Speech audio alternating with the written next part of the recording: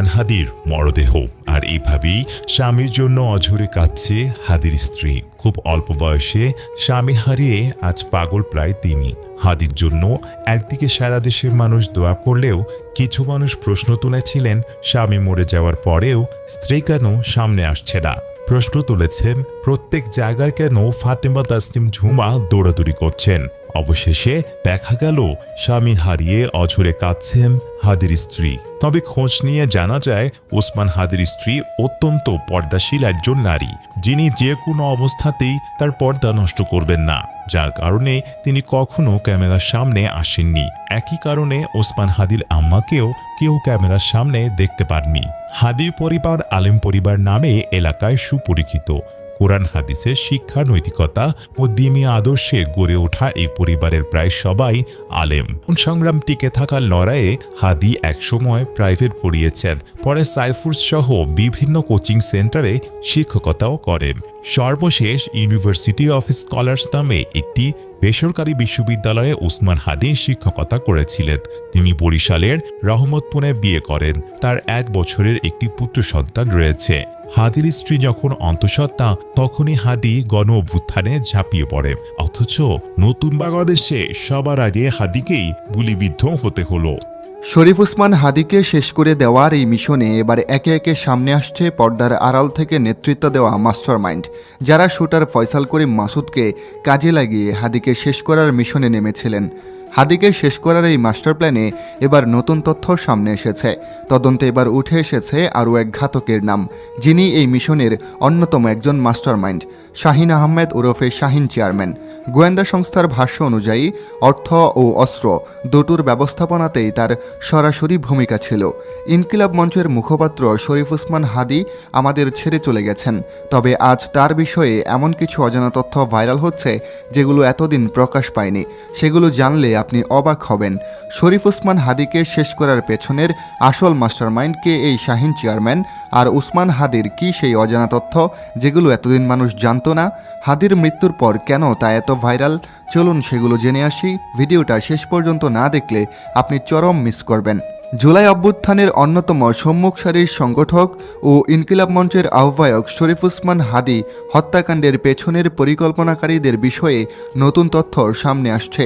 তদন্তে উঠে এসেছে এই হত্যাকাণ্ডের মূল পরিকল্পনা ও বাস্তবায়নের সঙ্গে জড়িত হিসেবে ঢাকার দক্ষিণ কেরানীগঞ্জের সাবেক উপজেলা চেয়ারম্যান শাহিন আহমেদ ওরফে শাহিন চেয়ারম্যানের নাম। গোয়েন্দা সংস্থার ভাষ্য অনুযায়ী অর্থ ও অস্ত্র দুটোর ব্যবস্থাপনাতেই তার সরাসরি ভূমিকা ছিল। তদন্ত সংশ্লিষ্ট একাধিক সূত্র জানায়, এই হত্যাকাণ্ডে শাহিন চেয়ারম্যান একা ছিলেন না, তার সঙ্গে ঘনিষ্ঠ যোগাযোগ ও সহযোগিতায় ছিলেন আরও কয়েকজন ব্যক্তি, যাদের মধ্যে নিষিদ্ধ ঘোষিত ছাত্রলীগের সাবেক কয়েকজন নেতার সম্পৃক্ততার প্রাথমিক তথ্য মিলেছে। এরই মধ্যে কয়েকজন সন্দেহভাজনের উপর নজরদারি বাড়ানো হয়েছে। গোয়েন্দাদের দাবি, হাদির উপর হামলার পর হামলাকারীদের ঢাকা থেকে সীমান্তের দিকে পালিয়ে যেতে সহায়তা করেন গোপালগঞ্জ জেলা ছাত্রলীগের সাবেক সভাপতি আব্দুল হামিদ। এ ঘটনায় তার সংশ্লিষ্টতার অভিযোগে তাকে গ্রেফতারের জন্য অভিযান জোরদার করা হয়েছে। তদন্তে পাওয়া তথ্য অনুযায়ী হামলার আগে ও হামলার পরে হত্যাকারীদের সঙ্গে তার একাধিকবার যোগাযোগ হয়েছিল। তদন্ত সংশ্লিষ্ট কর্মকর্তারা বলছেন, জুলাই অভ্যুত্থানে শরীফ ওসমান হাদির সক্রিয় ভূমিকা ও গত বছরের 5 আগস্টের পর তার ধারাবাহিক বক্তব্য ও রাজনৈতিক অবস্থান আওয়ামী লীগকে চরমভাবে ক্ষুব্ধ করে তোলে। দলটির অভ্যন্তরীণ মূল্যায়নে হাদিকে বড় ঝুঁকি হিসেবে দেখা হচ্ছিল। সেই প্রেক্ষাপটে তাকে লক্ষ্য করে পরিকল্পিতভাবে হত্যাকাণ্ডের ছক তৈরি করা হয়। শাহিন আহমেদ রাজনৈতিক ও অপরাধী পরিচিতিও তদন্তে গুরুত্ব পাচ্ছে। তিনি দীর্ঘদিন দক্ষিণ কেরানীগঞ্জ থানা আওয়ামী লীগের সভাপতি ছিলেন। স্থানীয়ভাবে তিনি একজন প্রভাবশালী নেতা হলেও আইনশৃঙ্খলা বাহিনীর নথিতে বহুদিন ধরেই সন্ত্রাসী ও অস্ত্রধারী হিসেবে পরিচিত ছিলেন। অভিযোগ রয়েছে, শেখ হাসিনা সরকারের সময় সাবেক বিদ্যুৎ ও জ্বালানি প্রতিমন্ত্রী নসরুল হামিদ বিপুর ঘনিষ্ঠ হিসাবে তিনি ব্যাপক প্রভাব খাটিয়ে একাধিকবার উপজেলা চেয়ারম্যান নির্বাচিত হন এবং নানা অভিযোগ সত্ত্বেও তিনি ধরাছোঁয়ার বাইরে ছিলেন। স্থানীয়দের ভাষ্য অনুযায়ী গত বছরের 5 আগস্টের রাজনৈতিক পট পরিবর্তনের পর শাহিন চেয়ারম্যান সীমান্ত পেরিয়ে ভারত চলে যান। প্রথম দিকে তিনি আত্মগোপনে থাকলেও গত কয়েক মাসে আবার সক্রিয় হয়ে ওঠেন। তদন্তে জানা গেছে, তিনি বিভিন্ন অ্যাপ ব্যবহার করে দেশে থাকা স্লিপার সেলের সদস্যদের সঙ্গে যোগাযোগ করে পরিকল্পনা বাস্তবায়নের চেষ্টা করছিলেন। আইনশৃঙ্খলা বাহিনীর এক কর্মকর্তা জানান, কয়েকটি হোয়াটসঅ্যাপ কল ও খুদে বার্তার সূত্র ধরে শাহিন চেয়ারম্যানের সম্পৃক্ততার প্রমাণ পাওয়া গেছে। একই সঙ্গে পলাতক ছাত্রলীগ নেতা হামিদের সঙ্গে হত্যাকারীদের যোগাযোগের তথ্যও মিলেছে। ভারতে অবস্থানরত কয়েকটি গ্রুপ থেকে অ্যাপভিত্তিক যোগাযোগের মাধ্যমে ঢাকায় থাকা সহযোগীদের কাজ সমন্বয় করা হচ্ছিল বলেও তদন্তে উঠে এসেছে। সূত্র আরও জানায়, এই মামলার তদন্তে সন্দেহভাজনের তালিকায় কয়েকজন রাজনৈতিক ব্যক্তির নামও রয়েছে। তাদের ভূমিকা যাচাইয়ে গ্রেফতার হওয়া আসামিদের যৌথভাবে জিজ্ঞাসাবাদ করা হচ্ছে। পাশাপাশি শাহিন চেয়ারম্যানের ঘনিষ্ঠ হিসেবে পরিচিত কেরানীগঞ্জের 2 জন ছাত্রলীগ নেতাকে গ্রেফতারের চেষ্টা চলছে। এ বিষয়ে ঢাকা মহানগর পুলিশের অতিরিক্ত কমিশনার ডিবি শফিকুল ইসলাম বলছেন, সব দিক বিবেচনায় নিয়ে অত্যন্ত গুরুত্বের সঙ্গে তদন্ত চলছে। আমরা আশাবাদী খুব শীঘ্রই এই হত্যাকাণ্ডের মাস্টার মাইন্ড সহ সংশ্লিষ্ট পরিকল্পনাকারীদের পরিচয় স্পষ্ট হবে। এবার শরীফ ওসমান হাদি সম্পর্কে আপনার যে তথ্যগুলো অজানা, চলুন সেগুলো জেনে আসে। কারণ এই তথ্যগুলো জানলে আপনি অনেকটা চমকে উঠবেন।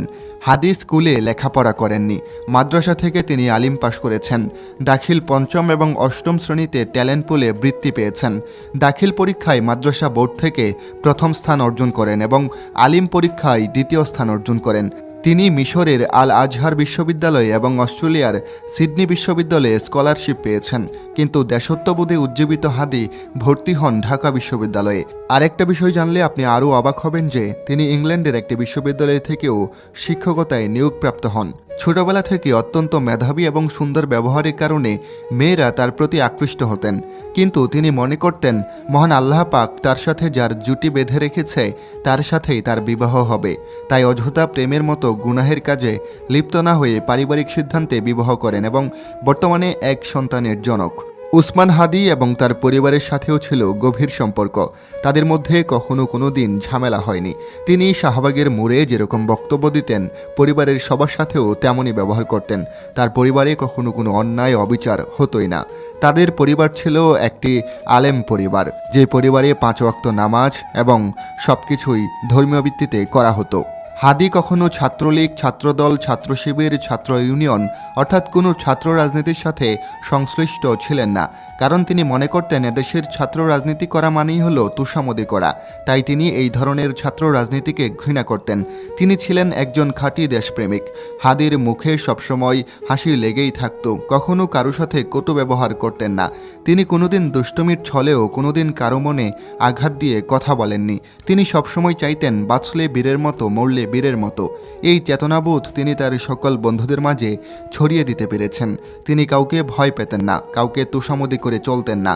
তার সত্য ন্যায়ের কথাগুলোতে যদি কেউ কষ্টও পেত, তবু তিনি তার পরোয়া করতেন না। একদম স্ট্রেট ফরওয়ার্ড ভাষা তার দারুণ এক গুণ। তিনি শুধু কথাতেই ভালো ছিলেন না, তিনি একাধারে ভালো লিখতেও পারতেন। লেখালেখিতেও তিনি ভালো সাফল্য পেয়েছেন এবং তিনি আল্লাহর এত পছন্দের মানুষ ছিলেন যে তিনি যা চাইতেন আল্লাহ পাক তাকে কখনোই নিরাশ করতেন না। তিনি সবসময় বলতেন, রাজপথে মিছিলে আমার বুক বুলেটের আঘাতে ঝাঁঝরা করে দেবে, আমি হাসতে হাসতে মহান আল্লাহ পাকের কাছে পৌঁছে যাব। এমনই শহীদি মৃত্যু তিনি সবসময় চাইতেন।